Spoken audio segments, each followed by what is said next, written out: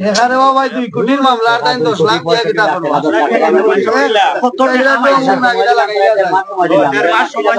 তাই নৌকা মেনে হ্যাঁ আমরা এলাম আনতাম না তো আমরা তো বহুত রানি হইছি সব রানি আজকে রানি এলাম আরো রানি হইতাম আমরা জামা ওই আবদার নিয়ে কতদিন আবদার করলে না এখন আবদার করো কোনে নিজেই কইয়া যাও চুরি করছো নিজেই কইয়া যাও আড়াই কোটি টাকার জায়গা 10 লাখ আমরা মরতে বাধ্য আমরা পয়সা নিয়ে দিতাম গ্রাহক আমরা টাকাটা পাইতাম মোট কথা হয়েছে কি আমরা টাকাটা পাইতাম আমরা 2.5 কোটি টাকা ওই যে 10 লাখ টাকার একটা কথা বলছি স্যার আপনি বলছেন 10 লাখ টাকা একজনে পাইতো 10 লাখ টাকা গ্রাহক হবে পসিবল দিয়ে আগামী 29 তারিখ তাই 10 লাখ টাকা দিবা এগুলা কিলা পসিবল হইবে তাই নি কারণ ইনচার্জ আসলা ইনচার্জ টাকা অবস্থায় এখান থেকে অতটা টাকা গেল কি যে মারলো হিগো বাগে গেল এবং কে আইয়া কইরা কত খালি তারিখের পরে তারিখ খালি তারিখ আমরা ব্যাঙ্গা যাই গেছে অলরেডি 1 মাসের উপরে গেছে কি একটা অভিযোগ তাই ঠিক মতো করতে পারছেন আমরা কিভাবে তাহলে চাকরি বাগে কিলা তানে দিয়ে চাকরি বাগে কিলা পুরো বাঞ্জি ড্রাইভার কিছু না কিন্তু তো আমরা অবশ্য এখন বিচার করছিলাম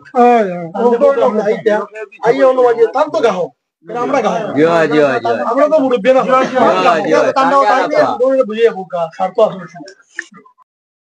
আমরা এই মুহূর্তে অবস্থান করছি সিলেট সিটি কর্পোরেশনের নবগঠিত 31 নম্বর ওয়ার্ডের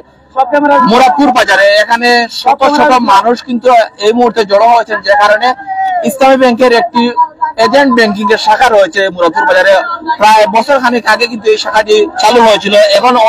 গ্রাহকদের অভিযোগ সেই শাখাতে তারা টাকা রেখেছিলেন, সেই টাকাগুলো তারা পাচ্ছেন না এবং সেখানকার দায়িত্বশীল ম্যানেজার সহ অফিসাররা লাপাত্তা, এমনটা অভিযোগ। এখানে রাতের বেলা দেখছেন শত শত মানুষ কিন্তু জড়ো হচ্ছেন। এখানে যারা এই ব্যাংকের যে এজেন্ট, যে মালিক যিনি এবং মালিকের কর্মচারী যারা আছে, তারা এগুলা টাকাটা তাদের নামে নিয়ে নিছে, অথবা আপনাদেরকে বিভিন্নভাবে লোভ দেখিয়ে টাকা পয়সা হয়তো জমাই পড়ে নাই, এভাবেও বিভিন্নভাবে বহু কায়দায় এফডিআর এর কথা বলে আপনাদের কাছ থেকে প্রতারণার শিকার হয়েছেন আপনারা। আমরা এটা বুঝতে পারছি, সে কারণেই মূলত আপনাদের ভিতরে যে একটা ক্ষোভ তৈরি হয়েছে, সেটার ক্ষেত্রে আমার মনে হয় এই যিনি ভুক্তভোগী তার একজনের কথা শুনলে পরে ভালো হয় নাকি। কিভাবে আপনি স্বল্প কথায় যে কিভাবে আপনি এটা প্রতারণার শিকার হলেন, সেই বিষয়টা আমরা একটু আপনার কাছ থেকে জানতে চাই। আসসালামু আলাইকুম।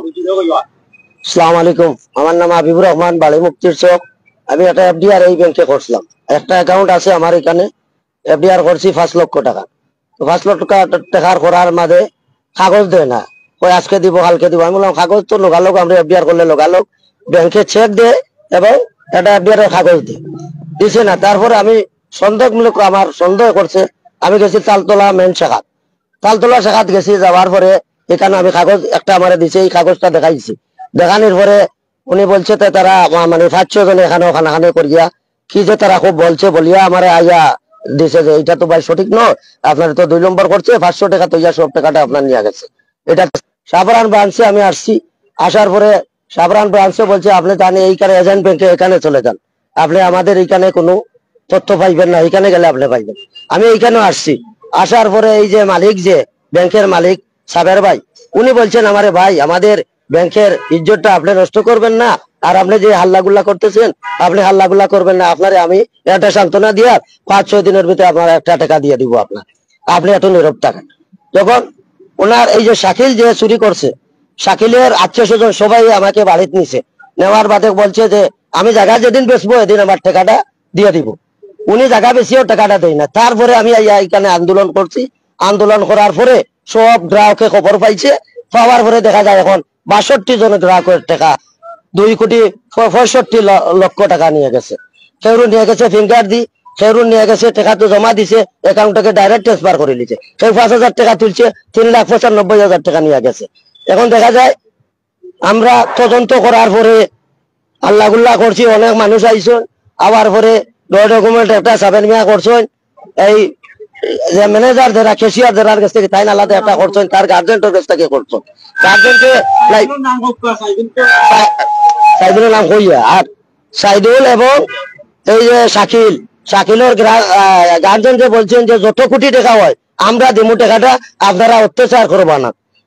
বা একটা টাকা দেওয়া হয়েছে সামনের 1 তারিখে 9 লক্ষ টাকা মানুষের বাটিয়া দেওয়া হয়েছে। কেউ 50, কেউ 20, কেউ 10 ওলা পাইছেন। পাওয়ার বাদে সাবের মেয়ে তারিখ করছেন 17 তারিখ আমরা টাকা দেওয়ার কথা ময় মুরব্বী একটা ডকুমেন্ট করছেন সাবের বাড়ির কাছ থেকে 1,95,00,000 টাকার চেক লওয়া হয়েছে আমরা গ্রাহকে লইছি রাত্রে একটা বাচ্চা ওসি স্যার আমরা লোকে আস্থা সহযোগিতা করছেন সবে করার বাদে একটা ডকুমেন্ট হয়েছে স্ট্যাম্প দেওয়ার কথা 17 তারিখ আইছে এবং 17 তারিখ তাই আসলাই কেন আবার পরে তাই সকালে গেছেন কি করছেন আমি নাস্তা করি কইয়া গেছেন আর আজ পর্যন্ত আমরা আর দেখা নাই মুরব্বিন ধরে আমরা রাখছি মুরব্বিনদের কইছে জায়গা বিষয়ে টাকাটা দেওয়ার কথা আমরা দিছে না আমরা টাকাটা দিছে না আমরা তো আমরা গাড়ি থেকে দিতাম পারতাম না আমরা সাবের মেয়ের লগে যোগাযোগ করিয়া তার লগে আমরা ধরতাম পারি তাই খালি সময় লইরা এইনি সেইনি করা এইভাবে আমরা আন্দোলন খাইল দায় দোকানো আনা খাই এখনো আমরা খাইছি না কাল সকাল থাকি এখন পর্যন্ত কোনো মানুষের দানা পানি খাইছে না আমরা ওখানে উঠেছি রাত্রে এই মাটির মাঝে সারা রাত্রে উঠেছি এইভাবে আমরা প্রতারণার শিকার হচ্ছি আমরা অনেক ব্রাঞ্চও যোগাযোগ করি আর কোনো ব্রাঞ্চের কোনো লোক আসেন না মেন ব্রাঞ্চও আমরা যোগাযোগ করি কেউ আমরা কোনো গুরুত্ব দেয় যে একটা সাধারণ ব্রাঞ্চের এরাও আইসো সব আইসো একটা সহযোগিতা করিয়া আমরা গ্রাহকে কিভাবে টাকাটা পাইতাম এবং আমরা টাকাটা অতি সত্তর কিভাবে দিবা তাই আমরা একটা যোগাযোগ করিয়া দিয়ে আমরা টাকাটা পাইতাম আমরা গ্রাহক অনেক গরিব অনেকের বিয়ার টাকা অনেকের জায়গার টাকা অনেকের বিদেশের টাকা অনেকের ভাই নষ্ট হয়ে যার অনেকের ফ্যামিলি নষ্ট হয়ে যার অনেকের স্বামী স্ত্রী শালীদের অনেকে বিষ খাইয়া লাইছে বিষ খাইয়া এখন মানুষ আত্মহত্যা করতে আছে একজন মহিলা এইভাবে আমরা প্রতারণা হয়েছে আমরা এই ইসলাম আমরা টাকাটা তৈছি আমরা ইসলামী ব্যাংকের সাইনবোর্ড দেখিয়া টাকাটা তৈছি আমরা আর কোনো কারণে তৈছি না আমরা জানি ইসলামী ব্যাংক একটা সুনামধন্য একটা ব্যাংক বাংলাদেশের মধ্যে সেরা একটা ব্যাংক ইসলামী ব্যাংক সেই ব্যাংকের লাইব্রেরিটি দেখে আমরা টাকাটা তৈছি এখন আমরা টাকাটা কিভাবে পাইমু এই গরিবের টাকা প্রায় 5,000 গ্রাহক এই ব্রাঞ্চে আছে এখনো 62 জনে খবর পাইছি আমরা আর বাকি কোনো মানুষ এখনো খবর পাই নাই আরো অ্যামাউন্ট বাড়তে পারে আপনারা এটা অবগত থাকেন এই বলি আমার বক্তব্য